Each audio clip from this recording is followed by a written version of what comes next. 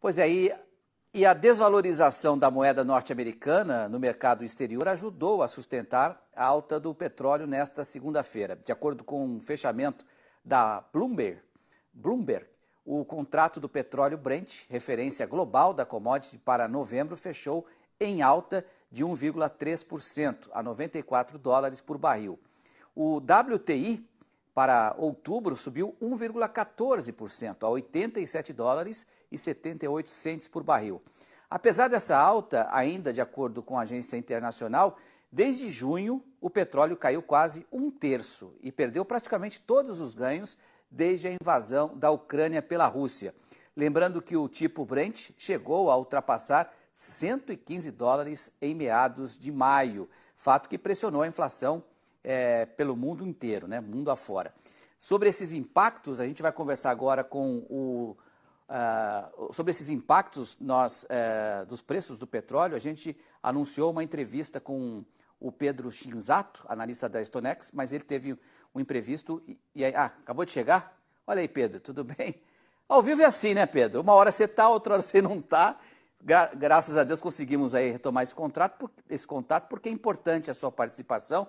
Demos histórico aí do barril do petróleo. Dá para dizer, já que o efeito Rússia e Ucrânia já passou, ainda corremos o risco de termos aí o petróleo a 115, 120 dólares o barril mais para frente, hein, Pedro? Boa noite. Boa noite, mais uma vez, obrigado pela oportunidade de estar aqui com vocês, sempre um prazer estar aqui com vocês. Realmente, o mercado está com bastante novidades nesses últimos meses, né? Parece que arrefeceu bastante todo aquele temor que a gente tinha vindo do início da guerra.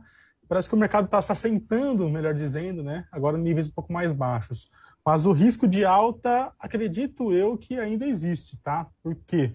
Porque o embargo que a União Europeia planeja erguer contra a Rússia ainda não foi erguido. Ele deve entrar em vigor a partir da virada do ano.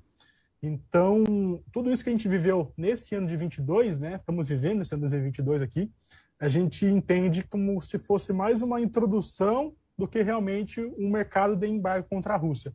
E por que o embargo contra a Rússia é muito impactante? Porque a Rússia é o terceiro maior produtor mundial de petróleo e é um grande refinador de petróleo, né? Um grande fornecedor de derivados refinados para a Europa.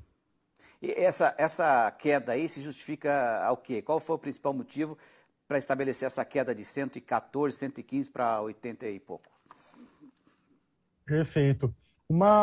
Um ponto que tem pegado muito no mercado ultimamente é a possibilidade de termos retorno de lockdown na China, né? A China, como todas as outras commodities, também é muito importante para o petróleo e derivados.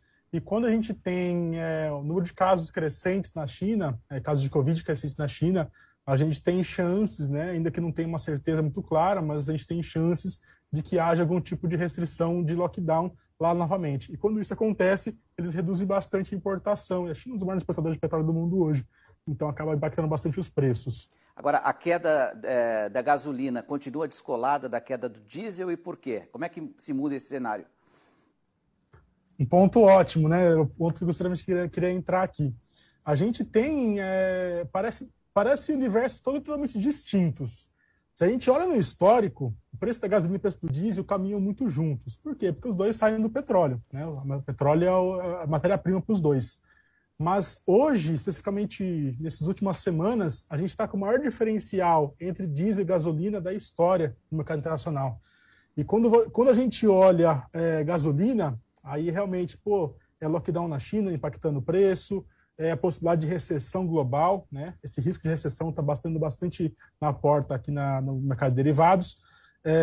A gente tem uma demanda um pouco mais fraca de gasolina, claro que não, de forma geral no mundo todo, né? Mas a gasolina está sofrendo um pouco com a demanda, ainda por causa dos preços altos, né? A gasolina como um produto de consumidor final, ela sofre um pouco na demanda quando o preço está muito alto, né? O consumidor fica um pouco mais retraído.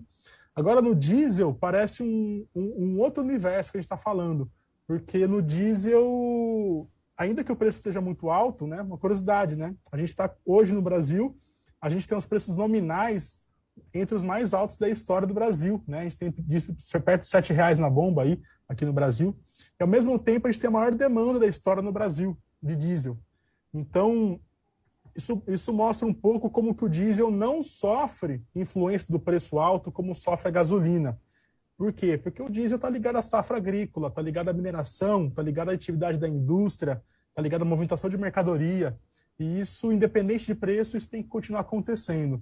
E o mercado de diesel também está muito impactado pelo gás natural na Europa. Temos só mais um minutinho. Explica para a gente qual é o impacto dessa oscilação do preço do petróleo para as outras commodities. Perfeito. O petróleo ele é uma das principais commodities do mundo hoje, né? É um mercado muito grande mesmo. E ele acaba tendo uma influência sobre até as demais commodities, né? Uma relação muito direta que a gente vê é a ação dos fundos de investimento. Aqui no Brasil não é tão usual isso, né? Na verdade, não conheço grandes fundos que atuam, são mais exceções do que a regra, mas se a gente pensa em Europa, se a gente pensa em Estados Unidos, lugares que geralmente têm juros muito baixos na renda fixa, os fundos de investimento estão muito habituados a trabalhar com commodities, para fazer uma proteção de preços contra a inflação, porque as commodities tendem a caminhar muito próximo da inflação. Então, geralmente, quando a gente tem o petróleo subindo, por exemplo, a tendência é que as demais commodities podem também subir, né, pela ação dos fundos. Se o petróleo está subindo, pode ser que fundo esteja comprando, e se fundo como é petróleo, pode estar comprando também a soja, pode estar comprando também o café, o açúcar, enfim, outros commodities. Perfeito. Nós conversamos com o Pedro Shinzato, da StoneX. Obrigado pela sua análise e uma boa noite para você, Pedro. Até uma próxima. Muito obrigado pela oportunidade. Boa noite. Até a próxima. Valeu. Um abraço.